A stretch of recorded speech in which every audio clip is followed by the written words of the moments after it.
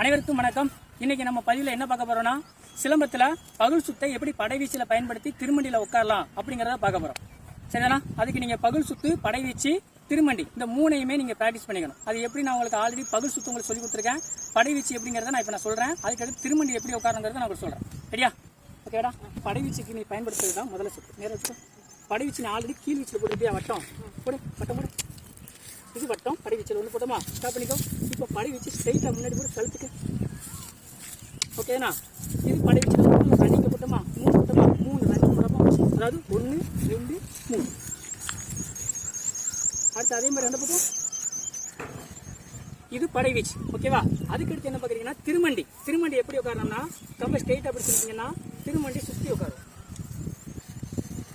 அப்படின்னுச்சுக்கா இது மூணையும் பயன்படுத்த போகிறோம். சரியா? முதல்ல நேரம் 2 பக்கம் இருக்கும். முதல்ல வலது பக்கம் ஒரு பகுதி போடணும். ஒரு பகுதி இப்போ ஃப்ரெண்டில் உங்களுக்கு முன்னாடி வலது காலம் முன்னாடி ஃப்ரெண்டில் ஒரு வட்டம் வலது சொல்கிறது.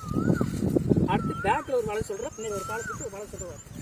அடுத்து சுற்றி 1 2 உட்காரு. ஓகேவா? மாடி முதல்ல போட போகிறோம். நேரம் ஓகேவா? மாடி முதல்னா ஒரு பகுதி போடணும். அடுத்து ஒரு வட்டம் முன்னாடி 1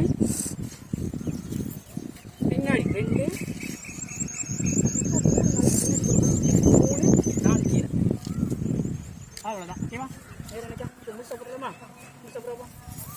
பக்கத்தில் ஏறி அடுத்து போட்டோம். 1 2 3 4 ஏன்னா அவ்வளோதான். தேங்க்யூ.